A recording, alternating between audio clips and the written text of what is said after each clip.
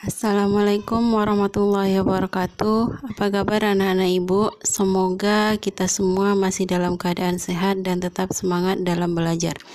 Baiklah, materi kita hari ini yaitu pengaruh perubahan ruang dan interaksi antar ruang di benua Asia dan benua lainnya. Oke, sebelum kita memulai pelajaran kita, marilah sama-sama kita membaca basmalah beserta dengan doa belajar. Berdoa dimulai. Berdoa selesai. Pengaruh perubahan ruang di wilayah dapat berkembang ke arah yang lebih baik atau justru sebaliknya. Negara maju makin modern dilihat dari segi penataan kota, infrastruktur seperti jalan, jembatan, dan gedung-gedung serta perkembangan teknologi. Perubahan ruang dapat terjadi karena faktor alam seperti bencana alam, faktor manusia seperti penggunaan lahan dan aktivitas manusia dalam memanfaatkan lingkungan di sekitarnya. Perubahan ruang dan interaksi antar ruang dapat terjadi dalam berbagai lingkup ataupun skala tertentu. Dalam lingkup yang sempit, perubahan ruang dan interaksi ruang dapat terjadi di antara desa dengan kota, dan dalam skala luas dapat terjadi antar negara dan antar benua. Pengaruh interaksi antar ruang. Interaksi antar ruang adalah adanya hubungan timbal balik antara wilayah satu dengan wilayah yang lain, atau suatu kondisi saling mempengaruhi dan ketergantungan antar komponen ruang. Penyebabnya adanya perbedaan potensi yang dimiliki oleh setiap wilayah, baik interaksi lokal maupun internasional. Selain itu juga karena adanya persamaan. Di Asia, perubahan ruang terlihat dari alih fungsi lahan pertanian yang berubah menjadi daerah perkotaan. Perubahan tersebut mendorong terjadinya interaksi antar ruang dalam bentuk perpindahan penduduk dari desa ke kota. Pengaruh interaksi antar ruang di benua Asia dan benua lainnya dapat berupa pengaruh dalam bidang ekonomi, sosial budaya, politik, dan pendidikan. Yang pertama, di bidang ekonomi. Di bidang ekonomi, interaksi antar ruang terjadi karena adanya kebutuhan, salah satunya adalah kebutuhan akan barang dan jasa yang tidak mampu diproduksi oleh suatu negara.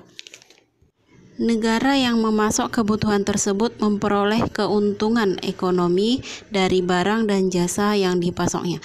Keuntungan tersebut menguntungkan negara karena banyak tenaga kerja yang terlihat dan diperolehnya devisa dari hasil penjualannya. Dalam bidang ekonomi terjalin hubungan. Yang pertama, hubungan dagang ekspor-impor antar negara. Yang kedua yaitu adanya penanaman investasi, penawaran pinjaman lunak, kerjasama pelaksanaan proyek. Yang kedua di bidang sosial budaya. Interaksi antar negara di bidang sosial budaya memiliki kehidupan yang berbeda-beda. Interaksi tersebut dapat terjadi dengan saling bertemu atau melalui media komunikasi. Kehidupan sosial dapat berubah karena adanya pengaruh interaksi tersebut. Sebagai contoh, adanya wisatawan dari negara lain yang datang ke Indonesia. Dengan kondisi ini membuat interaksi antar masyarakat dengan budaya yang berbeda semakin sering terjadi. Contoh seperti pariwisata budaya dari suatu masyarakat dengan mudah dapat disaksikan oleh masyarakat di daerah yang berbeda. Budaya tersebut kemudian mempengaruhi budaya masyarakat yang menyaksikannya. Contohnya, cara berpakaian seorang artis Hollywood dengan cepat ditiru oleh masyarakat dengan negara lain atau benua yang berbeda. Ada 4 hal yang harus diperhatikan dalam bidang sosial budaya. Yang pertama, budaya itu kita gunakan sebagai kebanggaan bagi negara kita. Yang kedua, budaya sebagai pariwisata menjadi sektor yang menjanjikan. Yang ketiga, karena adanya budaya berpengaruh bagi budaya barat dapat merusak budaya aslinya. Dan yang terakhir, menurunkan kesenjangan sosial. Yang ketiga yaitu di bidang politik. Interaksi antar ruang juga mempengaruhi kehidupan politik suatu negara. Sistem pemerintahan dan sistem demokrasi yang dipilih banyak negara saat ini adalah hasil pengaruh dari negara lain yang lebih dulu mengembangkannya. Walaupun ada penyesuaian, tetapi secara umum biasanya mengacu pada sistem pemerintahan dan demokrasi negara tertentu. Dalam bidang politik, ada beberapa hal yang harus anak-anak ibu perhatikan. Yang pertama, adanya potensi saling mempengaruhi antar negara. Yang kedua, tingkat kepercayaan antar negara semakin membaik. Yang ketiga, menghilangkan kesenjangan antar negara. Yang keempat, memicu konflik perbatasan. Yang kelima, sistem pemerintahan lebih terbuka dan transparan. Yang terakhir, kestabilan nasional terganggu. Dinamika kehidupan politik suatu negara tidak lepas dari interaksi dalam bentuk komunikasi antar wilayah ataupun antar negara di dunia. Sebagai contoh, pertikaian antara Israel dan Palestina mempengaruhi kebijakan pemerintah dalam melakukan hubungan dengan Israel maupun Palestina. Indonesia mendukung perjuangan Palestina dan tidak melakukan hubungan diplomatik dengan Israel. Dalam lingkup negara, salah satu kerjasama hubungan antar negara adalah di bidang pendidikan.